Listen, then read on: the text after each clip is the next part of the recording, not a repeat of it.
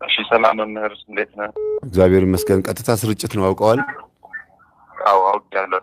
እሺ አንዳንድ ሰዎች እንግዲህ ሳያውቁ ስለሆነ ነው። ይቅርታ። ምን ልታዘዝ? ችግር የለውም። የእኔ ጥያቄ የራስ ተነሳሽነት ከየትኛው የነፍስ አካል ነው የሚነሳው? በምን በመንፈሳዊ ነው ወይስ ለምን ለየትኛው ተነሳሽነት ነው? ለመጸለይ፣ ለማመስገን፣ ለምንድን ነው?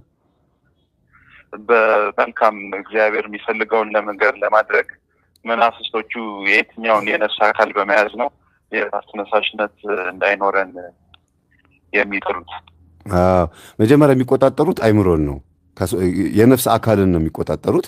አይምሮን ሲይዙ ስጋን መያዝ ይችላሉ። ስጋ ውስጥ ለመግባት ራሱ ሰው ወደ ኃጢአት ለመሄድ ለደመነፍስ ቅርብ የሆነውን አካል ነው የሚይዙት እና የነፍሳችን የመጀመሪያው ክፍል አይምሮ ነው። ከዛ ቀጥሎ ደግሞ ልቦና ነው። ከዛ ህሊና ነው። ስለዚህ እነዚህ የነፍስ አካላት ደግሞ የሚንቀሳቀሱት በደመነፍስ በስጋ በኩል ነው። ስጋ ሲበላ ሲጠጣ ሲንቀሳቀስ ነው ነፍሳችንም ልክ ጆንያ ውስጥ እህል ሲገባ ጆንያው ይቆማል፣ እህል ከሌለ ደግሞ ጆንያው ይወድቃል። ነፍስም ልክ እንደዛ ናት እና ተነሳሽነታችን የሚጀምረው ከአይምሮ ነው። መጀመሪያ አይምሮአችን መጀመሪያ ፊት ለፊት ያለ ኮንሺየስን አንኮንሺየስ ብለው ነጮች የሚጠሩት፣ እኛ በዚህ በመንፈሳዊ ቋንቋ ስናየው መጀመሪያ ሰው አምስቱን የስሜት ሕዋሳቶቹን ተጠቅሞ ለአይምሮ የሚያቀብለውን ነገር ነው ወደ ልቦና የሚሄደው። ከዛ ልብ ደግሞ መዝገብ ነው፣ ያስቀምጣል። ፋይል ማስቀመጫ ነው። ልክ ቢሮ ወይ ኪሳችን ውስጥ ወይ ቦርሳችን ውስጥ የሆነ ነገር የምንፈልገው ነገር ማስቀመጫ ነው። ሌሎች የማይጠቅሙን ነገሮች ግን በእጃችን ይዘን ለጊዜው የምንይዛቸው ነገሮች ግን እንደ አይምሮ ነው፣ አይምሮ ላይ ነው የሚቀመጡት። ከዛ ህሊና የሚባለው ደግሞ ልቦና ውስጥ የተቀመጠውን ክፋትም ይሁን ደግነት እያወጣ ይሄ ነገር ጥሩ ነው፣ ይሄ ነገር መጥፎ ነው፣ ለምን ይሄን ያስከው እያለ ወቀሳ ወይም ፍርድ ይፈርዳል ማለት ነው። እነዚህ ሶስቱ የሰው ልጅ ዋና አካላት ናቸው። የየራሳቸውን ስራ ሲሰሩ ግን ሰው በጎ ፈቃድ የሚባል ነገር አለው። በጎ ፈቃዱን የሚያንቀሳቅሰው በህሊናው በኩል ነው። ህሊና ማለት ከእግዚአብሔር የተሰጠን ጸጋም ነው ፈራጅም ነው። ጥፋት ስናጠፋ የሚወቅስ፣ በጎ ነገር ስናደርግ በርታ፣ አይዞህ፣ ጎበዝ የሚል ነው። ጠባቂ መላእክቶቻችን ራሳቸው እንኳን መቀመጫቸው ህሊና ነው። ግን ሰው በፈቃዱ በራሱ ፈቃድ ተነሳሽነት ተነስቶ ኃጢአት ሲሰራና ሁልጊዜ በተደጋጋሚ በደመ ነፍስ ዝም ብሎ ሲጓዝ ጠባቂ መላእክቶቻችን ከህሊና ይወጡና ይርቃሉ፣ 40 ክንድ ይርቃሉ። ይሄንን በመጽሐፍ ቅዱስ ውስጥ ማየት ይቻላል። ትንቢተ ዘካርያስ ምዕራፍ 3 ቁጥር 1 ላይ ምን ይላል? ታላቁ ካህን ኢያሱ በእግዚአብሔር ፊት ቆሞ ነበረ፣ ሰይጣንም በስተቀኙ ቆሞ ነበረ፣ የሚጠብቀው መልአክ ግን ከኋላው ቆሞ ነበረ፣ ራቅ ብሎ ቆሞ ነበር ይላል። የሚጠብቀው መልአክ ከኋላ ቆሞ፣ ሰይጣን ለምንድን ነው ከቀኙ የቆመው? ካህን ነው፣ ከባድ ነው። እና ይሄ የሚያሳየው ምን ያህል በምድር ላይ ያለ ታላቁ ካህን ኢያሱ ምን ያህል መንፈስ በስተቀኙ ሆኖ ህሊናውን ተቆጣጥሮት አይምሮን ተቆጣጥሮት እንደነበረ ማሳያ ነው። ግን እግዚአብሔር ጥሎ የማይጥል አምላክ ስለሆነ እንዲህ አለው ይላል፣ ሰይጣን ምን ልታረግ እዚህ መጣህ? ይህ የምታየው ታላቁ ካህን ኢያሱ እኮ ከእሳት የተነጠቀ ትንታግ ነው ይለዋል። ትንታግ ማለት ከእሳት የተፈነጣጠረ፣ ልክ እሳት ውስጥ የሆነ ጽድ ወይም የሆነ ከሰል ሲቀጣጠል ፍንጥርጥር የሚላለና ከቅዱሳን የወጣ ቅዱስ ነው፣ እንዴት ትነካዋለህ? እንዴት ደፈርከው ማለት ነውና ይከራከርልናል። እግዚአብሔር በህሊና በኩል ሆኖ ይከራከራል። ጠባቂ መልአክ ከኋላ አለ፣ የሰይጣን ግን በስተቀኙ ነው ያለውና ብዙ ጊዜ ተነሳሽነታችንን ካስነጠቅን እንደዚህ ነው ሰይጣን አጠገባችን የሚቆመው። ይሄ ተነሳሽነታችን ደግሞ የሚጀምረው ከየት ነው?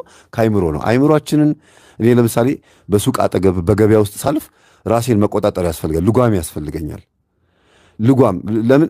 ኪሴ ውስጥ ያለውን ገንዘብና ልገዛ የሄድኩትን ዕቃ እያወቅኩኝ ወይኔ ይሄ ነገር እያልኩኝ ልገዛ የምመኛቸውን ነገሮች ተመኝቼ ብቻ የምመለሰው ኪሴ ውስጥ በቂ ገንዘብ ከሌለ ነው። ኪሴ ውስጥ ያለው 1000 ብር ከሆነ የምገዛው ዕቃ የ100 ብር ዕቃ ከሆነ ግን የተቀረውን 900 ብሩን የማልፈልገውን ዕቃ ገዛዝቼ የሚመጣ ከሆነ እኔ እንትን የለኝም ማለት ነው። ልጓም የለኝም፣ ወይም ደግሞ ለነጻነቴ ለፍላጎቶቼ ልጓም አላዘጋጀሁለትም። ያ ማለት ምን ማለት ነው? ነጻ ፈቃዴን ተጠቅሜ ምን አድርጌያለሁ? ለስሜታዊ ለምኞቶቼ ለሁሉ ነገር ማስተናገጃ አድርጌዋለሁ። ሰው ግን ምንድነው ከእንስሳ የሚለየው? መምረጥ የሚችል ፍጥረት ነው ማለት ነው። መምረጥ የሚችል ነው። አሪፍ ነው በጣም። በከፊልስ ይሄ አሁን መናፍስቶች በከፊል ህሊናችንን ሲቆጣጠሩ ሙሉ ለሙሉ ለመቆጣጠር የሚያግዳቸው ምንድን ነው? በከፊልስ ሊቆጣጠሩ የሚፈልጉበት ምክንያት ለምንድን ነው? ሙሉ በሙሉ መናፍስት እኛን እንዳይቆጣጠሩ የሚከለክላቸው መጀመሪያ ሰው አመስጋኝ ሲሆንና አፍቃሪ ሲሆን ነው። ሰው በጣም ንጹህ ልቡ ንጹህ ሲሆን እጅግ በጣም ነው የሚቃጠሉት። በጣም እንዲያውም እንዲህ አይነቱን ሰው ነው መጀመሪያ አጥምደው ክፉ እንዲሆን ለሚያደርግ የሚሞክሩት። እኔ ምን ሪሰርች ሰርቻለሁ በዚህ ጉዳይ ላይ ክፍለ ሀገር፣ ገጠር፣ ከተማ ያልሄድኩበት ቦታ የለም። በዚህ ጉዳይ ምንድነው ያጠናኸው ያወቅከው ብትለኝ ጠንቋይ የሚባል ቃልቻ፣ አውሊያ ምናምን እነዚህ መናፍስትን የሚያመልኩ ሰዎች በሙሉ ልባቸው የዋህ ናቸው። ንጹህ ናቸው አይደለም፣ የዋህ ናቸው። ልባቸው በጣም ቅን ነው። ኃጢአት በመስራት ንጹህ ላይሆኑ ይችላሉ። ግን እንደዚህ አይነቶቹን ሰዎች ይዞ አጥምዶ ነው የሚጠቀመው። ለምን? ለስራው የሚመቹት እንደዚህ አይነት ሰዎች ናቸው። አድርጉ ሲላቸው እሺ ብለው በእምነት ስለሚያደርጉለት በእምነት ይሳካ። እነሱ ደግሞ የኔ አዳል፣ የኔ ጠቋሪ፣ የኔ ወሰንጋላ ሂድና እስቲ እንደዚህ ምታ ሲሉት ሄዶ ይመታል። ጥላውጊ ሆኖ ይወጋል።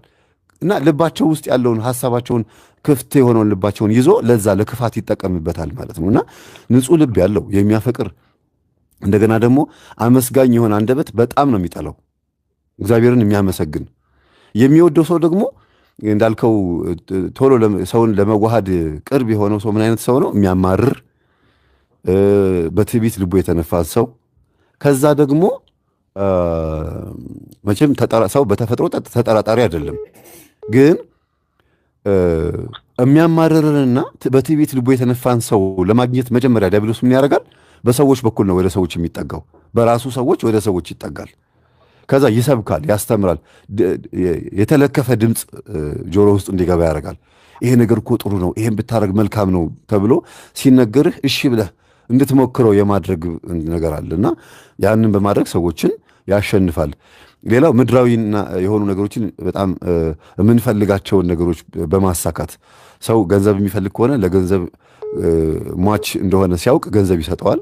ወርቅ የሚፈልግ ከሆነ ለወርቅ ወይም ትዳር ወይም ዝሙት፣ ወሲብ፣ ማንኛውም የምትፈልገውን ነገር በማቅረብ ነው የሚያሸንፍህ። ብዙ ጊዜ የማትፈልገው ነገር በፍጹም አያደርግም። እንዲያውም እግዚአብሔር የማንፈልጋቸውንም የምንፈልጋቸውንም ነገሮች አዘግይቶ ነው የሚሰጠን፣ አይቸኩልም።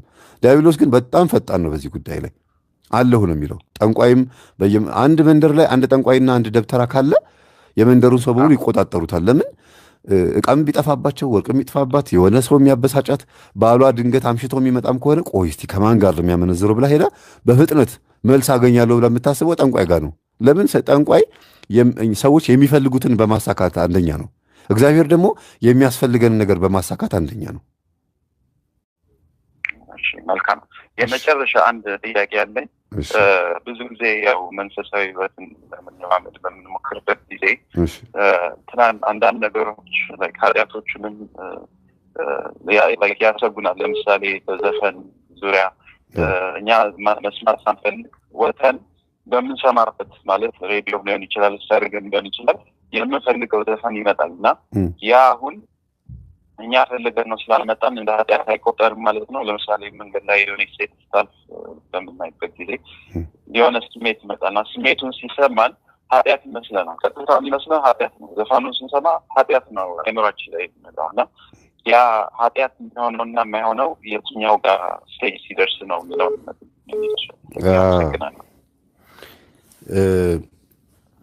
በጣም ደስ የሚል ጥያቄ ነው። ኃጢአት የሚሆነው ያ የመጣውን ስሜት ስታስተናግደው ነው። ለምሳሌ ኢየሱስ ክርስቶስ ሙሴ የጻፈውን አንስቶ ምን አለ? ሙሴ አታመንዝር አለ፣ እኔ ግን ያያትና የተመኛት አለ። ያየ ኃጢአት ነው አላለም። አይቶ ግን የተመኛት እሱ ኃጢአት ነው አለ። ግልጽ ነው አይደል የምናገረው? ሄሎ፣ የሰማኝ ነው? አዎ፣ ያየ የተመኘ እሱ ኃጢአትን ሰራ ነው የሚለው። ስለዚህ አንዲትን ሴት አይታት ከኔ ጋር ይቺ ልጅ ባደረች አብሬያት ባደርኩኝ ብለህ ስትመኝ ዝሙት የሚባለው በሐሳብ ተሰራ፣ በሐሳብ ነው። መቼም ይሄ ሁሉ በከተማ ውስጥ የምታየው የተገነባው ፎቅ በሙሉ ዝም ብሎ አልቆመም አይደል? መጀመሪያ አርኪቴክቱ ከአይምሮ አውጥቶ ነው አይደል ቁጭ የሚያደርገው? ዝሙትም ልክ እንደዛ ነው። ዝሙት መጀመሪያ በአይምሮ ላይ ፎቁ ይሰራል፣ ከዛ ዲዛይኑ ቁጭ ይላል። ያንን ነው አይምሮ አሁን መናፍስቶቹ ግን ልክ የኛ እንደሆነ አስመስለው ቢያስጨንቁስ እንደዛም ሊያደርጉ ይችላሉ። እንትን ነዋ። ፍልሚያውን እንደ ኃጢአት አትቁጠረው። እሱማ ቅዱሳንም እኮ ይፋልማቸዋል። ፍልሚያ አሁን ሲያሳስብህ ስነ ስርዓት አድርግ። የፈለገ ቢሆን አንተ የምትፈልገውን ግብርህን አልሰጥህም ምናምን ብለህ ስትቃወም መጽሐፍ ቅዱስ ውስጥ ያለውን ቃላት በተግባር ፈጸምከው። ዲያብሎስን ተቃወሙት ነው የሚለው። የት ነው ያለው ዲያብሎስ? አሁን አንድ ጊዜ አንድ ወንድሜ የማማከር አገልግሎት ሳገለግል ምን አለኝ፣ ዲያብሎስን ተቃወሙት ይላል። የት ላገኘው አለኝ። መጥፎ ሐሳቦች የሉብህም ስለው እኔ እንጃ እስቲ ምንድነው መጥፎ ሐሳብ አለኝ። መጥፎ ሐሳብ እንኳን ምን እንደሆነ ራሱ አላወቀም። ለምን ኃጢአትን እንደ ጓደኛ አድርጎ ያጣጥመዋል ማለት ነው ይሄ ሰው። አየህ፣ ኃጢአትን ወይም ደግሞ መጥፎ የሚባሉት ኃጢአት በነገራችን ላይ ህግ ተሰርቶ ከህግ ስትወጣ ነው ኃጢአት የሚባለው። ለምሳሌ ሃይማኖት የሌላቸው ምንም የሃይማኖት ህግ የሌላቸው ሰዎች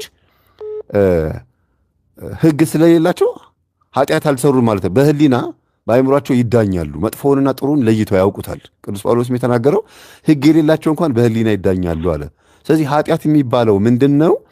ህግን መጣስ ማለት ነው። የተሰራ የሆነ የተከለለ አንድ አጥር አለ። እሱን ጥሶ መውጣት ማለት ነው ኃጢአት ማለት። ስለዚህ ማንንም ሰው አጥር ውስጥ ሆነ ልታይ ትችላለህ።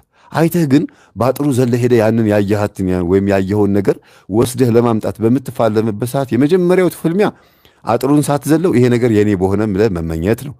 ሁለተኛው ኃጢአት የሚፈጸመው ደግሞ ያንን ዕቃ ለማምጣት አጥሩን ዘሎ መሄድ ነው። ሶስተኛው ደግሞ ዘለ ከሄድክ በኋላ ያንን ያየኸውን የተመኘኸውን ነገር ማግኘትና መፈጸም ማለት ነው። ስለዚህ እነዚህን ስቴፖች ስታልፍ ነው ኃጢአት የሚሆነው። መጀመሪያ ትመኛለህ፣ አጥሩን ዘለ ትሄዳለህ። ከዛ የፈለግከው ነገር አፈፍ አድርገህ ትይዛለህ። ከዛ በኋላ ነው ከእጅህ ደግሞ ያን ኃጢአት ለማስጣል ንስሐ አባት የሚያስፈልገው። ወደ ንስሐ አባት ስትሄድ ይሄን ይዤ እጄ ቆሽሾ ነበረ አጽዱልኝ ማለት ነው። ከዛ ቀኑና ይሰጠዋል፣ ይጸዳል። በቃ ሳሙና ማለት ነው። ልክ ስትቆሽሽ እንደምትጸዳው ኃጢአትም ልክ እንደሚጸዳ ነገር ነው። ሌላው አንድ ጥቅስ ላንብብልህ በመጽሐፍ ቅዱስ ውስጥ በጣም የሚጠቅምህን ነገር። እኔ አለ ሕግ መንፈሳዊ እንደሆነ እናውቃለንና እኔ ግን ከኃጢአት በታች ልሆን የተሸጥኩኝ የሥጋ ነኝ። የማደርገውን አላውቅምና የምጠላውን ያንን አደርጋለሁ። ዳሩ ግን የምወደውን እርሱን አላደርግም። የማልወደውን ግን የማደርግ ከሆንኩኝ ሕግ መልካም እንደሆነ እመሰክራለሁ። እንደዚህ ከሆነ ግን የማደርገውን አሁን እኔ አይደለሁም፣ ያ መጥፎው ነገር እኔ ያደረግኩት እኔ አይደለሁም፣ በእኔ የሚያድረው ኃጢአት ነው እንጂ። በእኔ ማለትም በሥጋዬ በጎ ነገር እንደማይኖር አውቃለሁ። ፈቃድ አለኝ፣ መልካሙን ማድረግ ግን አልቻልኩም። የማልወደውን ክፉን ነገር አድርጋለሁና። አየህ፣ ፈቃድ አለኝ አለ፣ ነፃነት። ግን መልካሙን ነገር ማድረግ ስፈልግ ማድረግ አልቻልኩም። ምክንያቱም እኔ አይደል በውስጤ ነው እኔ የማልፈልገው ነገር የሚያስደርገኝ ያለው። ሕግ መልካም እንደሆነ ያለው አለ። ስለዚህ አሁን እያወራ ያለው ምንድን ነው? ሕጉን አክብረህ አንተ በቃ ይሄን አርግ ሲልህ አላረግም ብለህ አንተ ሕጉን አክብረህ ልክ ስትቃወመው ሐሳቡ እንኳን ቢመጣብህ ያ መጥፎ ሐሳብ ያንተ አይደለም፣ በቃ አንተ አላደረግከውም። ሮሜ ምዕራፍ 7 ቁጥር 15 አንብበው። እሺ ይሄን ይመስላል። በጣም ነው የማመሰግነው። እሺ ወንድሜ፣ እሺ ክርስቶስ።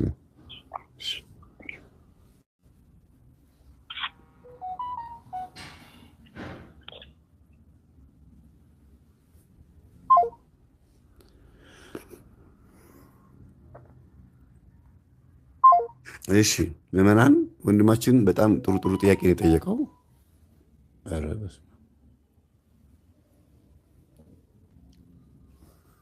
መልካም እንግዲህ ይህን ይመስላሉ የዛሬ ውይይቶቻችን። ሌሎች የደወሉ ካሉ በሱ እንገባለን።